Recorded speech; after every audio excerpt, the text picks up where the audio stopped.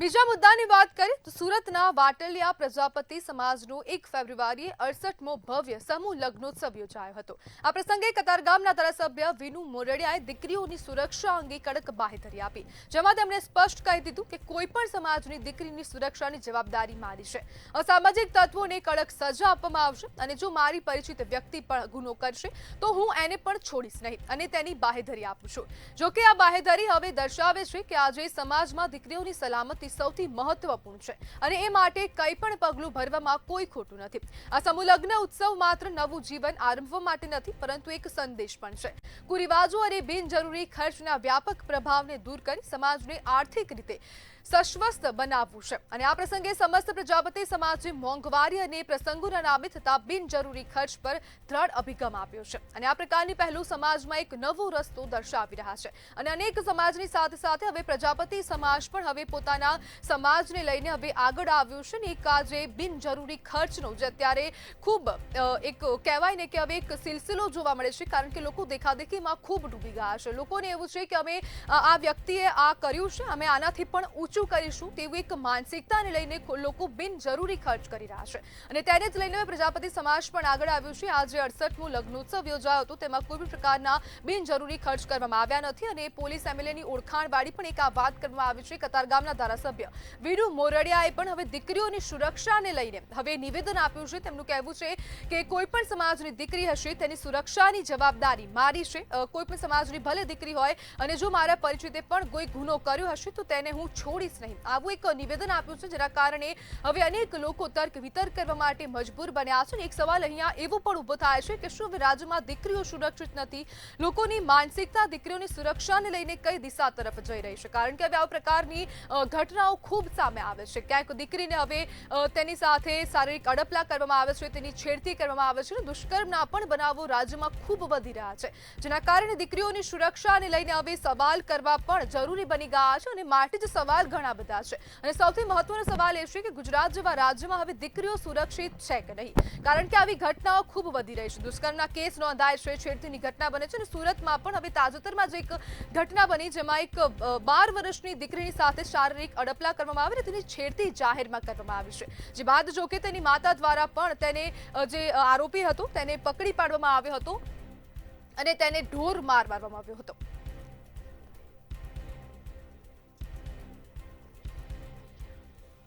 અને આજ મુદ્દે ચર્ચા કરવા માટે આપણી સાથે પાટીદાર નેતા અલ્પેશ કથિરિયા જોડાઈ ગયા છે।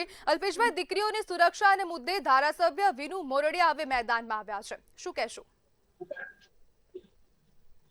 પહેલા તો કોઈ જ્ઞાતિ જાતિ નહીં, પણ એક દીકરીને લગતો આ મુદ્દો છે અને વિનુભાઈ મોરડિયાએ જે તાકાતથી, જે ઉર્જાથી સમસ્ત પ્રજાપતિ સમાજના એક સમૂહ લગ્નમાં જે નિવેદન આપ્યું છે અને ત્યાંથી આ ચર્ચા જાગી છે અને એ નિવેદન મેં મીડિયાના માધ્યમથી સાંભળ્યું એટલે પહેલા તો ખૂબ ગૌરવ થાય છે કે આજે એક ધારાસભ્ય લેવલની વ્યક્તિ એક સમાજના સમૂહ લગ્નના કાર્યક્રમમાં દીકરીની સુરક્ષાની ખાતરી આપે છે અને જ્યારે પણ દીકરીની સુરક્ષા હોય છે ત્યારે એની જ્ઞાતિ, જાતિ કે ધર્મને જોવાતો એટલા માટે નથી, કેમ કે આજે દીકરી છે આપણે એને લક્ષ્મી સ્વરૂપ માનીએ છીએ, સમાજમાં એક મોભાદાર એમને માન અપાય છે અને એક ઇજ્જત પણ એટલી અપાતી હોય છે।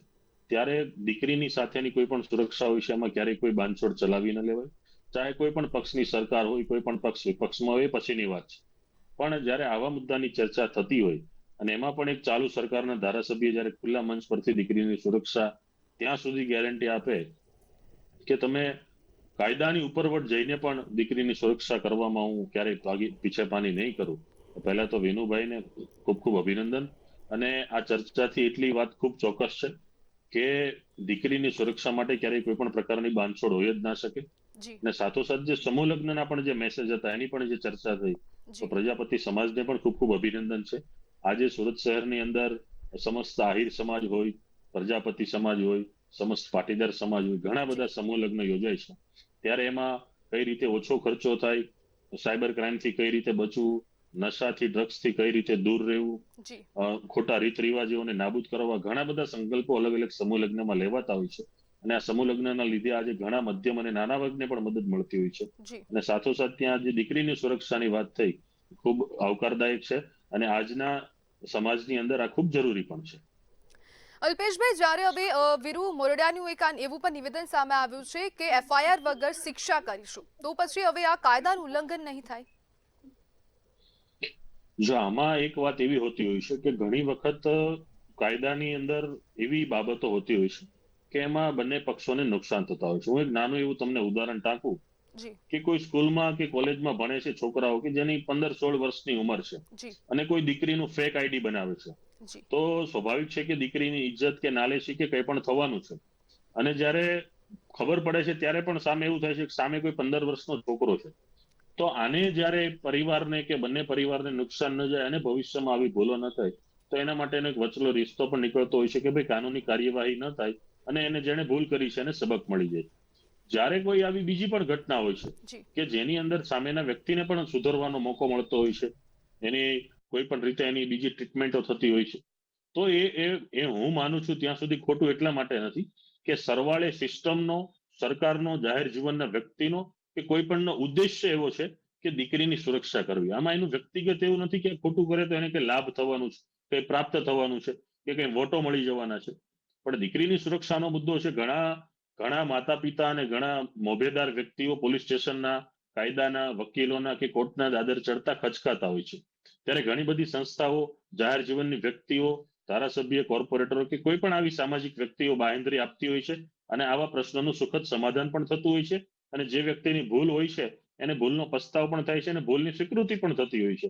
ત્યારે હું માનું છું કે કાયદામાં કઈ એવું જ નથી કે એફઆરઆઈ થાય તો જ જેને ફરિયાદી વ્યક્તિ છે ને ન્યાય મળે. ઘણી વખત એફઆરઆઈ વગર પણ ફરિયાદીને ન્યાય પ્રાપ્ત થતો હોય છે.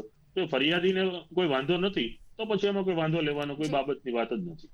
અલ્પેશભાઈ, એક સમાજના અગ્રણી તરીકે જે સમાજના લોકોની દીકરીની સુરક્ષાની માનસિકતાને આપ કેવી રીતના જોઈ રહ્યા છો? કારણ કે હવે લોકો પણ, અમુક સમાજના લોકો, એક ચોક્કસ સમાજને ટાર્ગેટ કરવામાં નથી આવતું, પરંતુ અમુક લોકો દ્વારા દીકરીની સુરક્ષાને પ્રાધાન્ય આપવામાં નથી આવતું અને લોકો દીકરીઓને કંઈ પણ સમજી રહ્યા છે. તો લોકોની માનસિકતાને આપ કેવી રીતના જોવો છો? મેં 6 થી 8 વર્ષ કોલેજ કેમ્પસમાં વિતાવ્યા છે અને જાહેર જીવનમાં પણ છેલ્લા 10-12-15 વર્ષથી છીએ. આ સંયુક્ત અનુભવથી હું એટલું સ્પષ્ટપણે માનું છું કે દીકરીની સુરક્ષા બાબતે લગભગ કોઈ એવો સમાજ નથી કે એની માનસિકતા ખરાબ હોઈ શકે કે નકારાત્મક હોઈ શકે. જી આજે ઝુંપડપટ્ટીમાં વસતો માણસ હોય, સામાન્ય ઘરમાં રહેતો માણસ હોય, ફૂટપાથ ઉપર રહેતો માણસ હોય કે મોટા બંગલામાં રહેતા વ્યક્તિ હોય, દરેક પોતાના ઘરની બેન દીકરીની ઇજ્જતની આબરૂ બધાને પડી હોય છે. જી આજે ઘણી વખત અંગત વેર હોય, અંગત દુશ્મની હોય, છતાં પણ બેન, માં, દીકરી બાબતે કોઈ બોલતા નથી. જી તો આ એક ગુજરાતના એક સંસ્કાર છે, ગુજરાતની એક ખાનદાની છે. ગુજરાતની કોઈ એવી જ્ઞાતિ બાકી નથી કે જે મા બેન દીકરીને ઇજ્જત ન આપતું હોય. દરેક લોકો ખૂબ સન્માનથી એમને જોવે છે. અને ક્યારેક કોઈ એકાદ બે વ્યક્તિઓ એવા હોય કે એને દીકરી બાબતે કંઈ બોલ્યા હોય, તો એ સમગ્ર સમાજ કે સમગ્ર ગુજરાતનો એ નિર્ણય ના ગણી શકાય, એનું વ્યક્તિગત બાબત હોઈ શકે છે. જી પણ હું માનું છું ત્યાં સુધી ગુજરાતની અંદર બેન દીકરીઓ બાબતની માનસિકતા ખૂબ સ્પષ્ટ છે અને એનું આગવું સ્થાન છે અને રહેશે, હું સ્પષ્ટ માનું છું.